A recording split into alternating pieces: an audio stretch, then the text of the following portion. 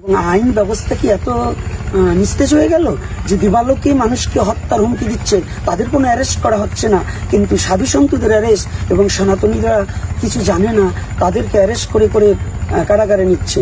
এটা কোন ধরনের রাজনীতি এবং কোন ধরনের রাষ্ট্র ব্যবস্থা, এবং এটাই কি বাংলাদেশের স্বাধীনতা? 25 বছর থেকে একটা স্লোগান বের করে দিল যে একটা একটা স্কন্দাল ধরে ধরে জবাই করে। এর পাশে কোনো প্রশাসনিক ব্যবস্থাও দেখলাম না এবং এই পর্যন্ত কোনো প্রতিক্রিয়া হলো না। তাহলে আমরা কি বুঝে নেব প্রশাসনিক কতটুকু আমাদের প্রতি অ্যালার্ট, এবং এরা কারা? এরা কি সত্যি হেফাজত, না এরা কোনো জঙ্গি সংগঠন? এরা কারা? মানুষ হত্যার হুমকি প্রকাশ্যে দেবালোকে যারা দিতে পারে, এরা কি সত্যিকারের কোনো ধর্মপ্রাণ হতে পারে, না এরা সন্ত্রাসীর কোনো কর্মকাণ্ডে জড়িত আছে? এই দুটোর মধ্যে আমরা কোনটা ধরে নিতে পারি? এইটা একটু কুশল বরণ চক্রবর্তী বাবার কাছে এই প্রশ্ন তো আমার আপনাকে করার কথা, কারণ এটা আপনারা সাধু সন্তরা উত্তর দিবেন, কারণ আমাদের করা উচিত। তো আমরা যদি স্বাভাবিক সেন্সে বলি যে কোনো মানুষকে হত্যা করা আসলে কোনো মতেই এরকম প্রকাশ্য জায়গা থেকে এরকম বলতে পারে না, কখনোই বলতে পারে না। আমি মনে করি যে বিষয়টি প্রশাসনের দেখা উচিত, এবং যেই সংগঠনের ব্যানারে এই প্রোগ্রামটি হয়েছে, আমরা দেখেছি একটা আমাদের খুব পরিচিত একটা ব্যানার, যেই ব্যানারে এই কথাগুলো বলা হয়েছে, এবং তাহলে তাদেরও উচিত সাংগঠনিকভাবে বিষয়টা একটা ব্যাখ্যা দেওয়া, বিবৃতি দেওয়া এবং এটার প্রতিবাদ করা, এবং তাদের বলা যে তারা এই বিষয়গুলোর সাথে যে তারা নাই, এটাও তাদের স্পষ্ট করা। তো ইসকন একটা সংগঠন, বৈশ্বিক সংগঠন, সারা পৃথিবীব্যাপী ইসকনের পৃথিবীর বিভিন্ন দেশে ইসকনের কাজ আছে, এবং ইসকন এমন একটা, ইসকন শুধু একটা সংগঠন না। ইসকন কার আদর্শের উপর ভিত্তি করে? শ্রী চৈতন্যদেবের আদর্শের উপর ভিত্তি করে। যেই শ্রী চৈতন্যদেব এই বাংলার বলা হয় যে বাঙালি সংস্কৃতি বিকশিত হয়েছে যার মাধ্যমে, বাঙালিকে চিনি আমরা যার মাধ্যমে, সে হলো শ্রী চৈতন্যদেব। আজকে বাংলা ভাষায় যদি আমি একাডেমিকভাবে আলোচনা করি বাংলা সাহিত্যে যুগ বিভাজনে, সেখানে আমাদের আলোচনা কি হয়? চৈতন্য যুগ, চৈতন্য পূর্ববর্তী যুগ, চৈতন্য পরবর্তী যুগ। অর্থাৎ চৈতন্যদেব বাংলা সাহিত্যের, বাংলা ইতিহাসের একটা যুগ বিভাজনও হয় চৈতন্যদেবকে কেন্দ্র করে।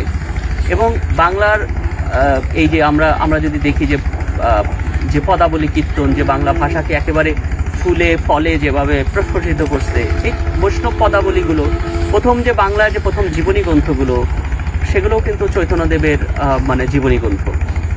তো আমরা যদি দেখি চর্যাপদ, তারপরে কীর্তিবাসী, রামায়ণ, এবং এরপরেই যখন বৈষ্ণব এই সাহিত্যগুলো বাংলা সাহিত্যে এসে প্রবেশ করলো, এই বাংলা সাহিত্য প্রায় 1000 বছরের বন্ধ্যাত্ব থেকে যেভাবে বিকশিত হয়ে উঠল, তাহলে এইটার যে প্রেরণাস্রোত কে ছিলেন? শ্রী চৈতন্যদেব। তাহলে চৈতন্যদেবের আদর্শের উপর ভিত্তি করে যে সংগঠনটা আমাদের দেশের, আপনি লোকায়ত যদি আউল বাউলের লালন ফকির, বাউলরাও কাকে আদিগুরু হিসাবে স্মরণ করে? চৈতন্যদেবকে। সেই চৈতন্যদেবের একটা মতাদর্শের প্রতিষ্ঠান গৌড়ীয় বৈষ্ণব সম্প্রদায়। সেই গৌড়ীয় বৈষ্ণব সম্প্রদায় একটা আধুনিক রূপ আমেরিকায় যে তাদের সংগঠন প্রতিষ্ঠা করে, সে ইসকন, কিন্তু এটা মূলত কনসেপ্টটা তো চৈতন্যদেবের কনসেপ্ট, মূলত গৌড়ীয় বৈষ্ণব সম্প্রদায়। তাহলে তাকে এই বাংলার চৈতন্যদেবকে বাংলাদেশেরই মানুষ, তার জন্ম কোথায় হয়েছে? সিলেটের গোলাপগঞ্জে হলো তার পূর্বপুরুষের ভিটা। তাহলে এই বাঙালিরই সন্তান, তারই মতাদর্শ, তাকে কেন্দ্র করে যেই মতাদর্শটা আজকে সেই বাংলায় আজকে তার নামের বা তার আদর্শের সংগঠনকে নিষিদ্ধের কথা বলতেছে। আমি বুঝি না যে আসলে মানুষ কি আসলে বোঝেন এইভাবে মিথ্যাচার করা, ইসকনের নামে যেভাবে মিথ্যাচার করা, এটা আসলে অনেক সময় অনেক মিথ্যা দিনের পর দিন বললে যেমন সত্য হয়ে যায়, সেরকম আজকে আমরা যদি দেখি বাংলাদেশের স্বাধীনতার পেছনে, আমি যদি ওইভাবে চিন্তা করি, বাংলাদেশের সবচেয়ে বড় বৈশ্বিকভাবে বাংলাদেশের পক্ষে প্রচার কারা করছিল? এই কনসার্ট ফর বাংলাদেশ যখন হয়েছিল, জর্জ হ্যারিসন, পণ্ডিত রবিশঙ্কর, তাদের ওখান থেকে কিন্তু বাংলাদেশের পক্ষে সবচেয়ে বেশি প্রচারণা 71 সালে হয়েছে। তাহলে সেই কনসার্ট ফর বাংলাদেশের যে আয়োজক ছিল জর্জ হ্যারিসন, সে কে? 69 সালে সে লন্ডনের রাধা লন্ডনেশ্বর মন্দিরের সাথে যুক্ত হয়ে সে কিন্তু ইসকনের ভাবাদর্শের সাথে সরাসরি যুক্ত ছিল, এবং সে আমৃত্যু হরে কৃষ্ণ মহামন্ত্র জপ করত। তাহলে সেই ইসকনের একজন ব্যক্তি, ইসকনের সাথে যুক্ত ব্যক্তি, তিনি যখন বাংলাদেশ স্বাধীনতার জন্য সবচেয়ে বেশি বৈশ্বিক পর্যায়ে যিনি সোচ্চার হয়েছেন, জর্জ হ্যারিসন, তা সেখানে আমাদের সমস্যা নাই। আজকে বাংলাদেশ স্বাধীন হওয়ার পরে বাংলাদেশের পুনর্বাসনে সবচেয়ে বড় ফান্ডটা আসছে জর্জ হ্যারিসনের থেকে, এই কনসার্ট ফর বাংলাদেশ থেকে। সেই টাকা নিতে আমাদের কোনো অসুবিধা নাই, সেও তো ওইটাও তো ইসকন, সে তো জর্জ হ্যারিসন ইসকন এর সদস্য। তাহলে তখন ইসকনের সদস্য সমস্যা নেই, আজকে ইসকনের সমস্যা কারণ কি? এই যে ইসকনের নামে যে মিথ্যা ন্যারেটিভ গুলো তৈরি করা, যেগুলো আমি মনে করি যে অনেক সাধারণ মানুষেরাও এই মিথ্যা ন্যারেটিভের প্ররোচনায় পড়ে তারা ভুল বুঝতেছে, তারা জানতেছেও না। তাদের এভাবে দিনের পর দিন মিথ্যা কথা তারাও মনে করতেছে আসলে কথাগুলো বুঝি সত্য, আসলে বিষয়গুলো তা না।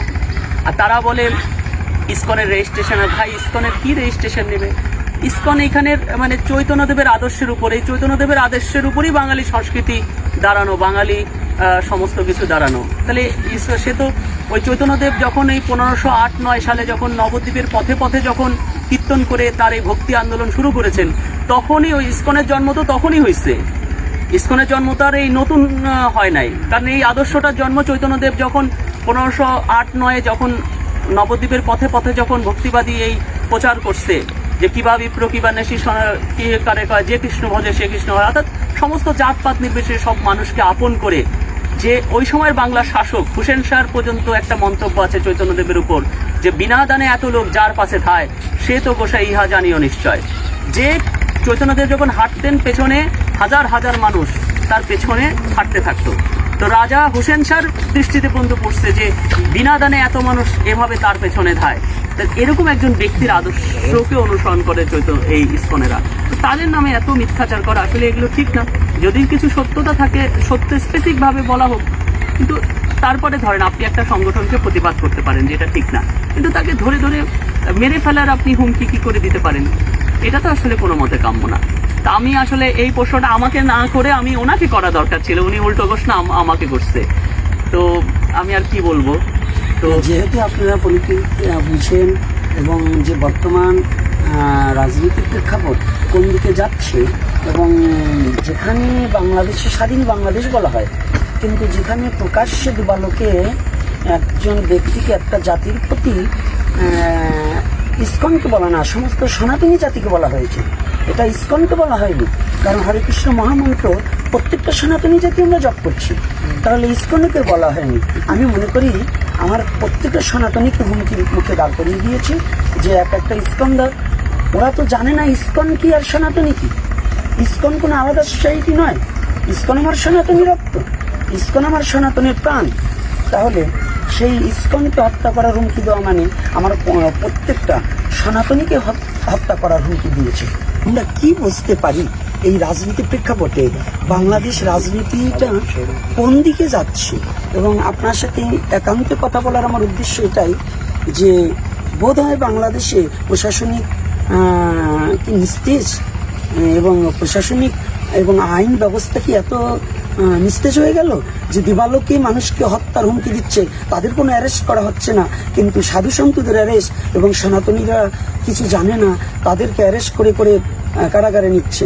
এটা কোন ধরনের রাজনীতি এবং কোন ধরনের রাষ্ট্র ব্যবস্থা, এবং এটাই কি বাংলাদেশের স্বাধীনতা?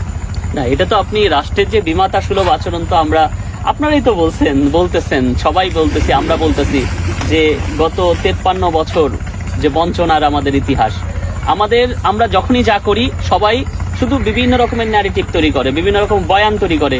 কখনো না অমুক দল করছে, সমুক দল করছে, তমুক দল। ভাই যেই দলই করুক, ঘটনাগুলো কার উপর করতেছে? হিন্দুর উপর করতেছে। মন্দিরটা কার ভাঙতেছে? হিন্দুর ভাঙতেছে। তুমি ন্যারেটিভ তৈরি করতেছো না এই দল করে নাই, সেই দল করছে, সেই দল করে নাই, তাতে আমার কি যায় আসে? মন্দিরটা তো আমার হয়ে যাচ্ছে। তো সেখানে আমি মনে করব যে আমাদের বিষয়গুলো আসলে, আমাদের দেশটা একটা 71 সালে যখন স্বাধীন হয়, কি বলে স্বাধীন হয়? যে বাংলার হিন্দু, বাংলার বৌদ্ধ, বাংলার মুসলিম, আমরা সবাই বাঙালি। এটা একটা বহুত্ববাদী একটা সোসাইটি। হঠাৎ করে বহুত্ববাদী থেকে এক কেন্দ্রিক হওয়ার দিকে যখন যাচ্ছে, সেখান থেকে এই প্রবলেমগুলো হইতেছে। তো সেই বিষয়গুলো থেকে আমরা বের হয়ে এসে আমাদের উচিত, রাষ্ট্র যেভাবে শুরু হয়েছে 71 সালে একটা বহুত্ববাদী চিন্তা থেকে, যেখানে প্রত্যেকটা মানুষ, হিন্দু, বৌদ্ধ, খ্রিস্টান, আদিবাসী, জনজাতি, প্রত্যেকটা মানুষের চিন্তা যেন প্রতিফলিত হয় সেই বিষয়ে। আজকে আমরা দেখি যে আমাদের সংবিধান সংশোধন কমিটি যে বিভিন্ন কমিশনগুলো হয়েছে, সেখানে প্রায় 50 সদস্যের উপরে নিয়োগ হয়েছে, কোনো একজন সংখ্যালঘু প্রতিনিধিই নাই, আমাদের কোনো প্রতিনিধি নাই। বিষয়টা আমাদের জন্য খুব মনে হয় যে আমাদের পক্ষেতে যে কারো দুই একটা কথা বলার প্রয়োজন আছে, সেই বিষয়গুলো তারা উপলব্ধি করে না। আমাদের পক্ষ থেকে আমরা এই বিষয়গুলো আমাদের জন্য খুব দুঃখজনক। এখন বলতে গেলে অনেক বলা যায়, আমরা আর বলতে চাই না। কিছু না বলার পরও বলে যে এটা ষড়যন্ত্র করতেছে, তারপরেও যদি আমরা মানে চরম সত্য কথা বললে তো আসলে কি বলার আছে বলেন, কি বলেন মহারাজ? সবই ঠিক আছে, কিন্তু এভাবে যদি আমরা আইনের প্রতি শ্রদ্ধা রেখে বলবো, যদি এভাবে বাংলাদেশের আইন যদি নিস্তেজ হয়ে যায়, যদি অন্যায়ের বিরুদ্ধে সোচ্চার না হয়, শুধু সৎ মানুষের প্রতি এরা যদি অন্যায় দাবি করে যদি সৎ মানুষের প্রতি এদেরকে লাঠিচার্জ এবং নির্যাতন করা হয়, তাহলে তো আইনের প্রতি মানুষের শ্রদ্ধা থাকবে না, এই দেশের প্রতি ভালোবাসা থাকবে না। একসময় তো এই আইনকে লোকে ঘৃণা করবে। তখন এদের ভাবনাটা কতটা নিচু হতে পারে, এদের কতটা যে গভীরতম ভাবনা, এবং এটা যে কত ষড়যন্ত্র। এবং এরা তো আমরা মনে করবো এরপর থেকে যে এরা যারা দিবালোকে হত্যার হুমকি দিতে পারে, এরা তাদের সপক্ষে কাজ করছে। কারণ যারা করেছে তাদেরকে প্রতিটা এই সাংবাদিক সম্মেলন ডেকে তাদেরকে এনে তারা কেন কাজ করলো, এটা কারা ইন্ধন যোগাচ্ছে, এদের পিছনে তাদেরকে একটু খতিয়ে দেখা উচিত ছিল না? তো মহারাজ আমি আর কথা বাড়াবো না, এগুলো যারা করছে সবাই আমরা জানি, পরিচিত। তো এই তারপরে আপনারা সাধু সন্তরা অনেক দিন পর ঐক্যবদ্ধ হয়েছেন, আমি আমার আশা করব যে আপনার এই ঐক্যবদ্ধতা আপনারা ধরে রাখবেন। এই ধন্যবাদ মহারাজ, অনেক কিছু জানতে পারলাম।